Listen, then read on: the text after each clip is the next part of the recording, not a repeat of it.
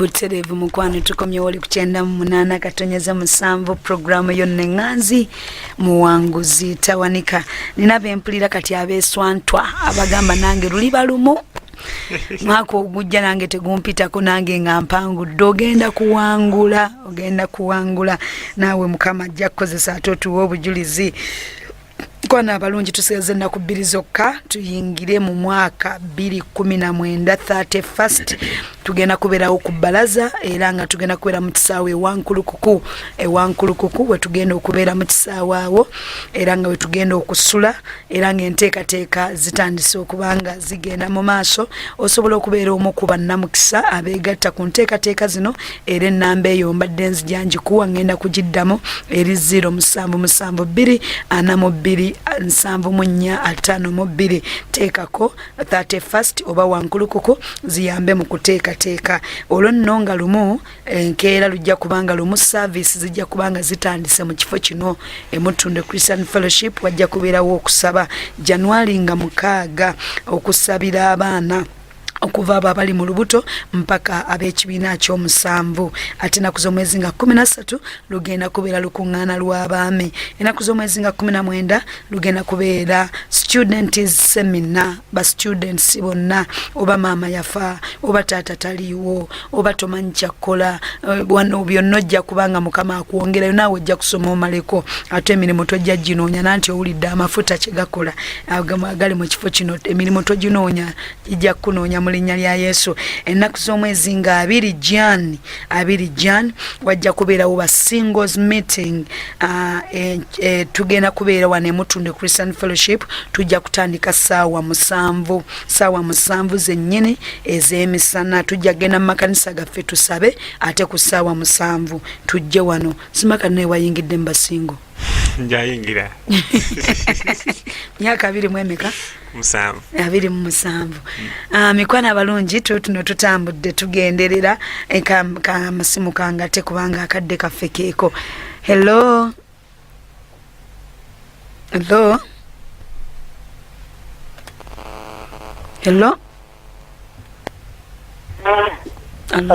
wanji munnange ono mukyala Jjuuko ye munnange Yesu yeebazibwe nnyo aweebwa ekitiibwa neyanza nnyo kyaza omwami oyo nze Stephen ntenzidde naggulu Godwin. Yes, please. How are you, Godwin? I'm okay, and you? Fine. Do you still have your form for UIPE? UIPE? UIPE. Like, what do you mean? Because I got a certificate. You remembered me, I'm speaking you? Yeah. Nkumanyi. Twasomanga ffenna Kyambogo. Wadokola mechanical, right? Yeah, actually, nyawo omwami omulaba. Is always jolly. Nabo omulaba omusanyufu. Nembale simanyi nti alina story. Kinkutteko nnyo. Nange wana bamutaddeko nti omusajja musanyufu naye nga si obi yayitamu. Actually, that story is currently the best inspiration in myself. Well, I've never experienced that type of history, but kinkutteko nnyo. So, Godwin, thanks for also that idea. For Tandika Orphanage, I also have that. Sina mu mind. No, that tujja kiteesaako. Kale bannange. Yeah, Katonda ye mubeezi tujja kitandika. Naye okumpambira waneeno. Kale mujja kwogerezeganya. Ojja kunkubirako. Mumpambira wano Godwin. Hello. Wanji munnange. Aba Airtel chichi. Oh, sorry. Hello. Praise God, Pastor Jeje. Praise him. Praise God, baamuwangula. Amina. No good girl during Trisha and Bonga. Bane njagala okwebaza Mukama pastor okusooka madde mpulanga n'amazzi gagagala kumpitamu olw'ebyo omwami oyo byayise byonna. Naye neebaza Mukama ayogedde bwe batandikira okufulumya results ku UNEP. That was 2011. Yes. Ate 2013 we yatulira jeje emyaka gyaffe naye nebaza Mukama mu byonna bye wayitamu nti yakuwanguza oba brother waali kuki right now simanyi kuba osembyeyo oyogera ku sister Mukama akumpira ekingi. Kitiibwa kya Mukama. Mutubuulire kyaliko brother wange yasoma alina diploma asomesa physics ne maths naye ate ebintu oluusi ebimu byagala kulwanyisa yamala okusoma nakola bulungi naye yagaana osomesa ate avuga boda. oba yabisoma nga tabyagala. Simanyi. Hello. Musumba Mukama waffe yeebazibwe. Nyongera ku ddoboozi maama. Amina. Nze sikyanziro nadde. Ye mukwano. Bannange neebaza omuwanguzi waffe oyo. Omuwanguzi Mukama waffe yeebazibwe. Amina. Wibale nnyo munange okujjukira abanaku. Ekitiibwa kya Mukama. Naffe abalabikirayo mu kitwago tulwana era tujja kujjako tuwe ku bujulizi. Namwe mujja kuwangula. Musumba weebale nnyo weebale eddala munnange. Amina taata. Kama bampeera omukisa. Amina. Amina. Nagambye atya bali ku online. Kanzije tusome again, that is our God, awesome God. Michelle, that's really important. Sala Florida. Hello. Banje munange. Musumba jeje Mukama yeebazibwe. Amina taata. N'omuwanguzi waffe Mukama yeebazibwe. Amina nyosebwa. Weebale nnyo okuwangula. Simanyi gange sebo Katonda. Kitiibwa kya Mukama. Amina. Bannange naffe mutusabirako kubanga waliwo embeera gy'oyitamu n'otuuka wantu n'ogamba bannange oba Katonda gy'ali. Jangu mukwano tukyenyigiremu. Mutondayo ntera kujjayo. Totera butezi naye nyiikira. Nkubira kwebaza. Mukama awampeera omukisa. Amina. Hello. Wanji munange. Sizanyo Musumba mulinnya lya Mukama waffe. Amina. N'omuwanguzi waffe mulamusizanyo mulinnya lya Mukama waffe. Yongera ku ddoboozi akuwulire bulungi. Mulamusizanyo omuwanguzi waffe. Amina weebale okumbuuzaako nyabo. Amina. Kakati sebonze mpozi kyembadde ngamba Musumba nti abaami ngaabo ababa kati nga ye bwawangudde bwatyo bafengayoko nabo okumentaringa abaami bannaabwe oba abalenzi tugamba babafeeko nabo kuba ebiseera ebisinga boogera n'abawala bafa ku bawala naye abalenzi ebiseera ebisinga tebatera nnyo okufuna eyo mentorship. So kati nze omuwanguzi waffe kyembadde musaba byonna byayiseemu aleme kusigala n'eyo knowledge yokka abeere nga omuntu yenna gwa meetings omulenzi oba muvubuka abeere nga asobola okwogerako naye akiwulidde maama. Amina. Bakwongedde obuweereza obulala. Mukama waffe yeebazibwe Musumba jjajja n'omuwanguzi waffe omuwanguzi yeebale kuwangula twebaza Yesu. Mbadde nkusaba tomazeeyo. Ono agambye next year nanga I will be ono muwanguzi tawanika. I believe one day I will testify. Patricia Saudi Arabia. You will. Katwogera luzunguka. Banaye congs to our muwanguzi is going on the better things from here on. Lydia UK. Amen. Hello. Sorry. Wanji munange. Hello. Anji. Ono kamusina Faride Bukasa. Ye mama. Yesu yeebazibwe Pastor Jeje. Ayi bwekitiibwa. Yesu yeebazibwe muwanguzi waffe. Amina. Banaye tukwebaza banaye webale kuwangula tusanyukidde wamu naawe. Amina mwebale kunsanyukirako nyawo. Naye ate kyembadde mbuuza nze olina emyaka emeka ate ekibanja wakiviirako ddala taata wo yakutiisa okufa kyaliwo? Nina bazala 1991 7th mu July. Kana myaka 27. Owa 91 abana myaka 27. Yes, kata 27. Tata waffe yatutiisa okufa gyali up to now naye kati tujja byogera bingi naye gyali ate n'ekirala kibanja kimu twakivaako twasigala ekirala cause Katonda oba tukuziziza era gyatuwa ebyaffe. Hello. Pastor Jeje Mukama yeebazibwe. Awe bwekitiibwa. Amannya nze Jane Nakiwala. Bannaye Mukama yeebala omwami oyo omwanguzi Mukama yeebazibwe. Amina yeebazibwe nnyo. Obujulizi bwo bunkutteko nnyo era nga nsaba singa bakuyita mu baana. Kitiibwa kya Mukama. Tugenda kuba Bannaye Mukama akuwanguze bunkutteko nnyo Mukama abawa omukisa. Omulundi gwange okutuusa okuyitamu. Amina. Amina Mukama bankuumire. Kale nawe akukuumire. Hello. Hello. Wanji munnange.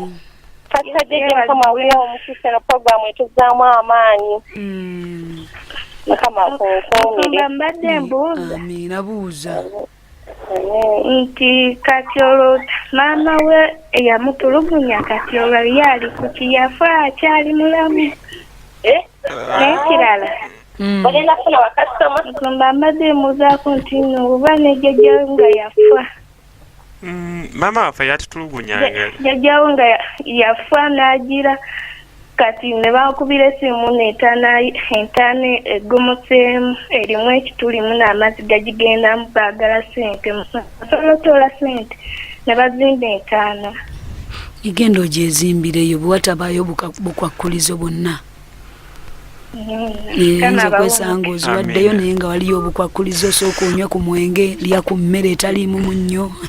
Maama waffe enkwanso n'ogifunira yatutulugunyanga gyali ne juzi nali mukubira ssimu nga tulina bye tunyumyako kati njagala Katonda wabanga mpadde ssente mbe n'ekirabo kyengenda omugulira. Era bakolera ebyekisa. Balabe Katonda waffe ate nabo bonyo. Wabula Mukama Judith n'okusaasira. I've been smiling, crying right from the beginning. At the voice of today's winner, I could see that fat smile on Godwin's face. Pastor JJ Blessing Gideon okuva Thailand. Amen. Mwanguzi wanange ekitiibwa kya Yesu nanga mukame ngono mwanguzi anytime Dalton JB musaayi gwa Yesu ekawempe. I'm waiting for you guys. Praise God Masumba JJ and mwanguzi because of God's mercy upon humanity. He will always raise up like to defeat every Goliath. Diana in Almaco, Saudi Arabia. Ekyo yonna tunabyogera. Wanji munnange olaba twogedde olugungu. Hello. Wanji munnange. Yes, yeebazibwe Musumba jeje. Amina. Onako ne mukyala mukisa. Omwanguzi waffe Yesu yeebazibwe nnyo. Amina. Bannange obujulizi obwo nze bunkutteko nnyo. Amina kitiibwa kya Mukama. Mukama abawa omukisa. Amina. Nawe okuwa omukisa. Them one seems morally straight process of France, but bagambye them one seems morally straight. Mobutuufu Pastor JJ call him for student conference olukunga lw'abaana olumanyi. Ndiwulidde naye simanyi exactly. Naku z'omwezi nga 19. Okay, tujja kulaba. Hello. Wanje? Yeebazibwe mwana. Amina. Neebaza Katonda. Gw'Omwana oyo. Amina. Amannya gange bampita Mukisa Samuel wane Nansomba. Obujulizi obunkutteko nnyo kubanga naffe era ekika kye ekimu bwe kityo naye baaba. Ekyo. Nange era kyalumu mbeere ng'omuwanguzi oyo. Lujja kukya. Amina. By the way. Amina. Onagambye muwanguzi Mukama mulungi. Amina. Sorry abadde akyayogera. Ye taata tweyanziza nnyo. Muwanguzi Mukama mulungi webali kuwangula. Waliwo ewagambye nti wagulayo essaati efaanana ey'essomero n'oteekako akabonero ng'oli mu primary. Akabonero wakafuna otya? Twasinia wanajja ku uniform ya brother wange because twali fena tusomera mu ssomero erimu kati brother wange yali ne uniform nga nkadde yulise n'enzijjako badge n'engiteeka wali. Ekyo. Wanji munnange. Hello nyawo. Wanji taata. Yes, yeebazibwe nnyo. Ayiwa ekitiibwa ssebo. Nyawo. Mwanguzi waffe Yesu yeebazibwe. Amina yeebazibwe nnyo. Amina. Musombayo aza Katonda olwa bulazi oyo. Amina. Nange ampaata obuvumu n'okukkiriza nti nno lumu nja kubeerako obulungi ate nange Katonda ajja kumpanga. Kitiibwa kya Mukama. nsaba Katonda amukolere ebikulu byonna byasinga okwagala era yabitandise dda. Amina Katonda akunde. Amen.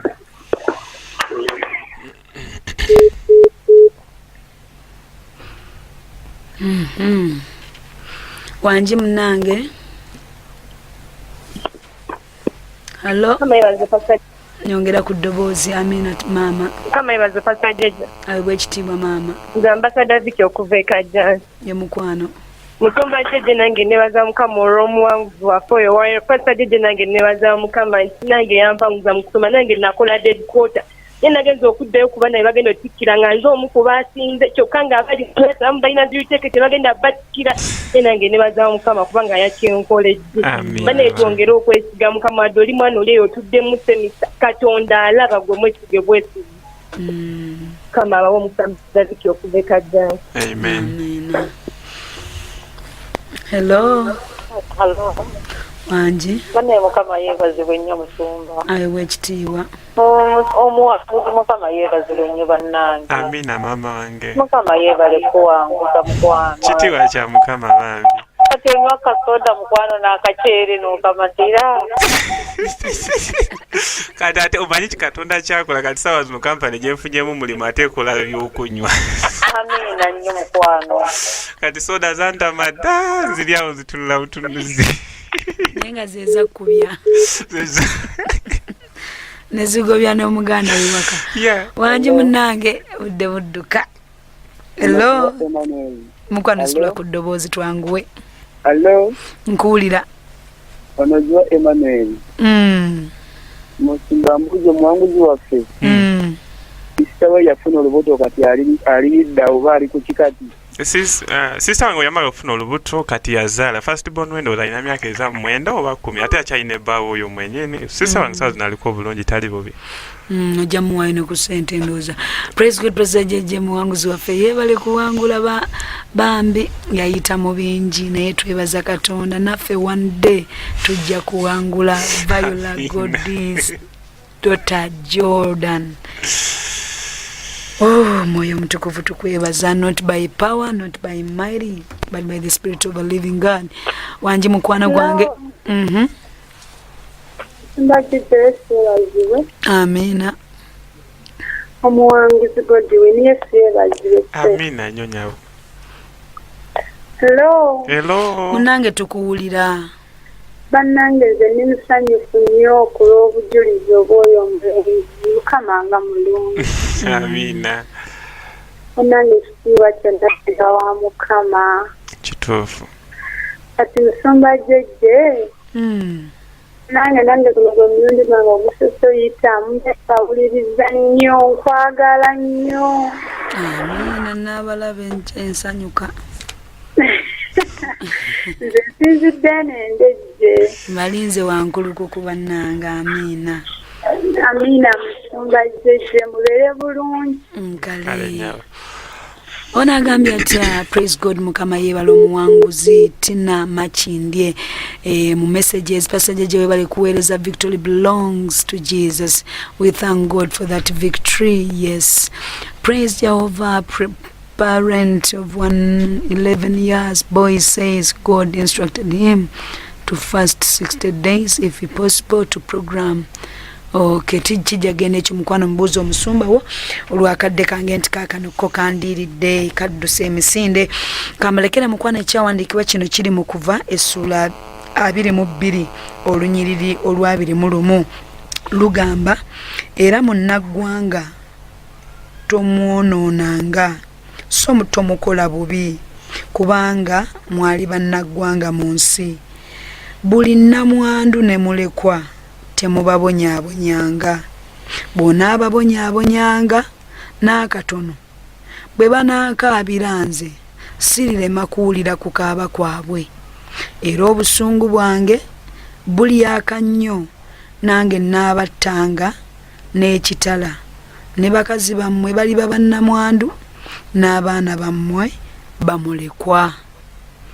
So mukwano bw'obanga olina mulekwa olina nnamwandu tomuggyako bintu tomubbako mataka kubanga ye Katonda akutunulira n'eriiso ejjogi naye agambye nga bw'omulaba nti naye mulekwa naawe abaana bo bali baba mulekwa naawe oleka omukyala wo nga munnange namwandu ng'emyaka teginnakolaki teginnatuuka naye Mukama tumwebaza nti ye Katonda waffe mwesigwa era abeerawo okutulwanirira.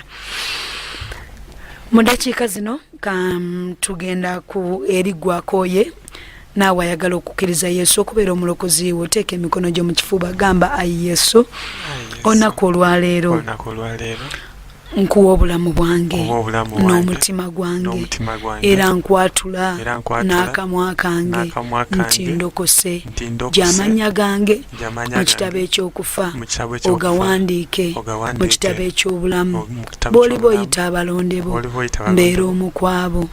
Nkwebaza Mukama kubanga ondokodde. Amiina era amiina. Mu dakiika emu Godwin. Yes, please. Sabaisala. Father, I want to thank you for this time. We want to bless you. We worship you. Indeed, I could always yearn to be one of member of this program, but here you've already made my day fulfilled. Father, I want to thank you, bless you. I thank you for all orphans who are out there. May you bless them, give them strength, give them the wisdom and knowledge to understand that you're father to the fatherless, as you did on my case. This is the right time I call the Holy Spirit to come and take control already, everywhere. Wherever there's an orphan, Father, Mukama wange nkwegayiridde Tata tobalekerera bayambe bawamanyi, provide and meet their needs. Father, also to continue to use me mightily so that I can fulfill my promises of making and starting up an orphanage. In the mighty name of pray and believe. Amen. Amen. Mikwana abalungi akadde kange keeko tugenda mu live service tulina overnight olunaku lwalira abadde akimbuuza overnight weeri. Mukama abanjagalire ate era abankuumire tulabagane yes. Mukama abankuumire bannange. Essanyu lyampitiriddeko dda neetwebaza omwoyo wa Mukama oyo atambuza. Nsigadde ndi Juliet Juko Jeje wamu n'omuwanguzi waffe Bahemuka Godwin. Yes, and a nice weekend. Thank you.